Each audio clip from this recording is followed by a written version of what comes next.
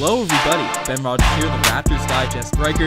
I put out a video this morning kind of giving everyone the updates on the free agent signings we made the weekend, Chris Boucher, Malcolm Miller, and then, about a half hour after that pod comes out, the Toronto Raptors, Woj drops a bomb. The Toronto Raptors are signing Jeremy Lin for the remainder of the season. Riker, this is super exciting. Can I just make a point to say, my God, how accurate have we been in predicting this season's Toronto Raptors roster? If you're not familiar, we dropped a podcast last year about how the Raptors are going to land Marc Gasol. That comes true. We have about 3 podcasts predicting that we're going to land Jeremy Lin, that he's the most favorable point guard to get because we're probably looking at shuffling up our backup point guard position. We land Jeremy Lin. We have been absolutely on the spot. But let's talk about it a little bit. What does this mean to the Toronto Raptors team? Yeah, for sure. So when in our trade speculations and all that sort of stuff, we thought we were going to inevitably trade DeLon Wright for a guy like Jeremy Lin. That was our initial prediction, but instead we send DeLon Wright to the Memphis Grizzlies, and the Atlanta Hawks complete a buyout with Jeremy Lin, bring him in with this roster, and he's just going to fit in perfectly because the Toronto Raptors were looking for playmakers. They were looking for players that could come in, handle the ball, create for other guys, and Jeremy Lin averages 11 points per game, close to 4 assists, a few rebounds, and I don't know, just the impact that he'll bring on the floor, because he plays for this Atlanta Hawks team that's really struggling. They're a tanking team. He doesn't, they're tanking, so they don't want to play him too many minutes. They're trying to get their young guys involved. But Jeremy Lin's a veteran. He's a guy that can come in here, get us a bucket when we need it. Our scoring off the bench is certainly something that's been an issue, and he can shoot the 3. He's not by any means Kyle Korver or anything like that, but he shoots 34% from the 3-point line. He can get to the rim. He can create for. I'm just super excited to have him on the roster. Well, yeah, I mean, we'll talk about sort of what he brings to the Raptors team now in more depth in a minute, but it does make sense. I mean, it's not something that we have necessarily predicted given how well he's been playing this season in limited minutes, less than 20 minutes per game, how well he did last season with the Brooklyn Nets, but he was on a pretty large contract, and like you said, they're trying to, well, maybe not tank, but it's not really necessary for them to have a veteran player at such a high contract.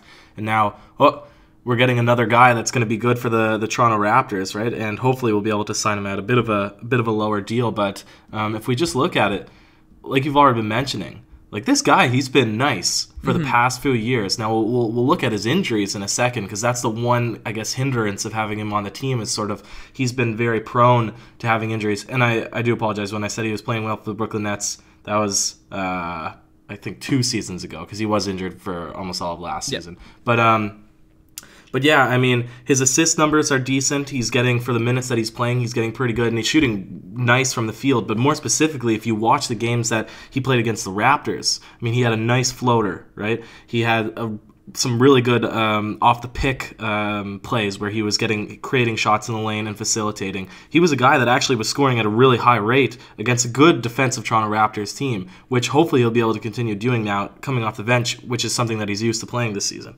Certainly, and you mentioned his time in Brooklyn.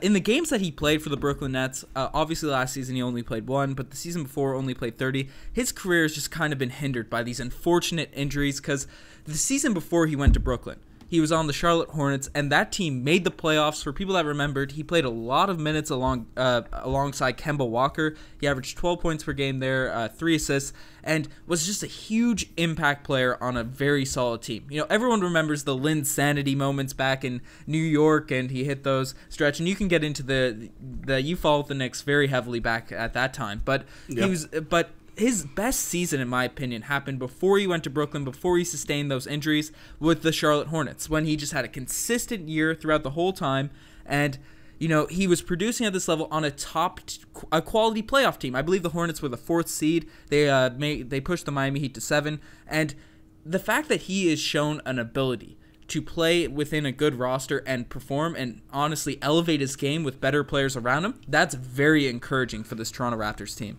Yeah, absolutely. Now, he did play a season in Houston in his first season that he was acquired. They were also a playoff team, and he started every single game of the regular season. Played more minutes, so you could say that he was more efficient while he was in Charlotte. But really, for his entire career, avoiding injuries, he's been a guy that's reliable, right? He's not crazy. He's not a superstar. He had that superstar stretch of 20 games, 25 games when he was in New York. But now, he's not a starting point guard. He's not an all-star point guard. But he's a guy that you have a lot of confidence in, maybe even more so than a guy like DeLon Wright, because, one, he's proven himself. Yep. Right? He's played at the top level. And he comes in and night out, and you don't really have to worry about as extreme up and downs, right? Certainly, DeLon Wright's very good, and he can get to the rim and these sorts of things. But Jeremy Lin just does it on a much more, I consider more of an impactful player. DeLon Wright comes in the game, you don't really notice what he does out there. He'll get you about 6 to 8 points, maybe a rebound or two. He played a lot better defense last season. But Jeremy Lin's a guy that you really feel his impact on the court. He has the ball in his hands, he's creating for other players, and, he just energizes the team as well. I think that's something that's going to be extremely valuable for this team. Yeah. Now, a few concerns, because what would my role be on this podcast if I'm not going to be critical about players coming in? I'm going to really quickly break down the list of injuries that he's had, because he's had an injury every single season now since he's joined the league. So a partial meniscus tear, chest contusions, bruised knees, back spasms, respiratory infection, left knee soreness, ankle sprain, back tightness, hamstring sprain, back tightness, hamstring sprain again, and then a right ankle sprain. And this is every single season now. I'm listing it in order from 2011 till 2017. Mm-hmm. None of them besides the Brooklyn held him out for an entire season, but all of these little injuries, and a lot of them, or some of them, recurring. At least this hamstring one, which is a very unpredictable injury that can happen just from kind of wear and tear. Yep. Right? It's kind of sporadic, and it can be a serious injury or it can be nothing. I am a little bit worried because while he was playing for the Houston Rockets, injured in the playoffs. I'm pretty sure while he was playing in the Charlotte Hornets, he got injured for a few games in the playoffs. So I would be a little worried to bring this guy into the Toronto Raptors, really to get his playoff experience, as you may, right? To get a guy that's consistent, and then to have him get injured and fall down in the playoffs again. I don't know if that's maybe as much of a concern for you. Well, one of the issues, Jeremy Lin, he is injury-prone player, but he's a guy coming in, and he's not going to be our main primary ball handler. On a lot of the teams that he's been on, teams have brought him in to be, the starting point guard or the starting shooting guard, or a guy at least that is playing heavy minutes. On those Houston teams, when he was in LA, when he was with Charlotte, Brooklyn was a team that was completely tanking for those 2 seasons. Obviously, they're better this season. They've been very good, but, the seasons that they brought in Lin, he was supposed to be their focus and their main focal point as a player. Jeremy Lin, and he hasn't really sustained a major injury with the Atlanta Hawks that I'm aware of. So maybe with this bench role and, where the focus, the load isn't specifically on him, I think injury-wise we can maybe be less worried as we have other playmakers, other guys that can take the load off Lin on this roster. And, he's coming in as kind of insurance as well, because the Toronto Raptors have dealt with so many injuries this season, especially to Kyle Lowry and Fred VanVleet. So maybe if Lowry or one of those guys goes down, Jeremy Lin is a very serviceable, probably the best guy you're going to get off the buyout market to come in and, maybe start at point guard if some of these guys are hurt. He's good insurance, but this brings up the second point that I would be slightly concerned about, right? Mm-hmm. Is that now you're bringing in a guy who what his productivity is because he's been consistent over the seasons that he's played, that he hasn't been injured. You know what he can give you given a certain amount of minutes played, and we're a big proponent for you kind of need more than 10 to 15 minutes in order to really warm up and get yourself into a game, right? Less than 10, certainly. You're not being an impact player at this point. You're just being a guy that's, kind of the quick rest for the player that you're subbing out. So he's going to need 20 points or more. Or sorry, 20 minutes or more. Or, maybe 15, 16 minutes. But this is about the same amount of time that I'm saying is good for Norman Powell. That's good for the likes of maybe OG this season now, but we might start to see his minutes get diminished. But we just made the 2 acquisitions that we were talking about recently in Ben McLemore, who might or might not get played. I would not be concerned if he doesn't get played as much, but his three-point shooting... I don't know if that signing is official right now, because there were some issues with the 10-day contract sort of thing. We officially have Chris Boucher and Malcolm Miller, but I'm sure... they're going to sign Malcolm, but with this Jeremy Lin signing, I'm not 100% sure if it's going through. I'm not aware to that, but we'll definitely keep you posted. So let's say if that falls through, then that's maybe even a better point like that. But let's consider just as it is, getting Jeremy Lin right now. Are you concerned for, again, role confusion. This is going to be a huge thing moving forward because you see the confidence of the likes of Norman Powell and maybe Fred VanVleet go up. Is it going to be a thing that will maybe hinder their performance in bringing in a guy like Jeremy Lin, who's going to not necessarily demand time, but we really need to give it to him if we want what we're getting for him, right? Yeah, well, certainly Jeremy Lin is going to deserve minutes. He's a guy that is a at minimum, a rotation piece. I think he's a starter on a bad team, but for the Toronto Raptors roster, he's certainly a guy that's going to demand minutes, as you mentioned. And Fred VanVleet has been getting a lot of run this season, especially with DeLon Wright's inconsistencies. So maybe they'll, Fred's playing a solid amount of minutes. Maybe he'll chip into some of there. Norman Powell, I would have liked to see him play more of the 2, but if we have Jeremy Lin in there,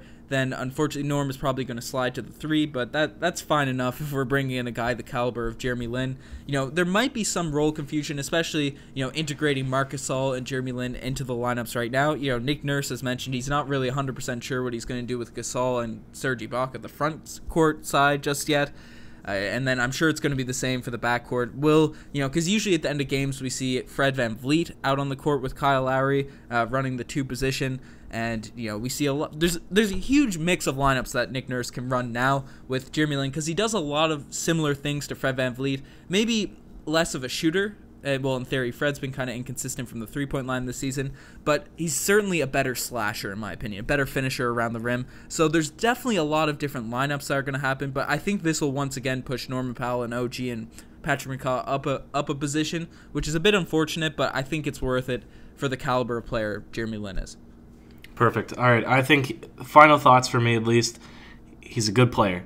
Yep. He's not a superstar, but the Raptors are making all the right moves now. I was a little bit worried with, the big trades that were happening for the rest of the teams in the East. Like I said, no name as big as Marc Gasol, but just all the different pieces that they're bringing together to make nice teams. But It's really Masai's masterful planning of the buyout market and leveraging that with the trade. I think the Raptors, they're making a good push right now, and I'm feeling good about this. Yeah, it was funny because we made the video on the Raptors making moves, and if you guys haven't watched that, definitely check that out. We break down Chris Boucher and Malcolm Miller signings, but people are frustrated because we wanted bigger names, and honestly, it makes sense. We want to bring in some top tier guys when we're playing for a championship. This is our year, and then the comments are a bit frustrated with the Raptors, and then halfway, about an hour after it's put out, it's all Lin. So I'm excited that the Raptors are excited. It's going to be an exciting last few weeks of the season going into the playoffs. Riker, I'm hyped. Yeah, and we're going to need to go into the thesaurus soon and get a couple of new words for exciting because that's really all we've been now is excited about this, excited about that. But, man, this is good. And a game tonight against Brooklyn Nets. Let's get it. Anyways, you guys are the best for making it this far. Check out the Twitter, the Instagram, all that cool stuff. Check out all the videos we posted on breaking down the trade deadline. The free agent video we made earlier. We're going to keep you up to date on any more info that comes out on the Toronto Raptors. Any last words? That's it for me. See you guys later.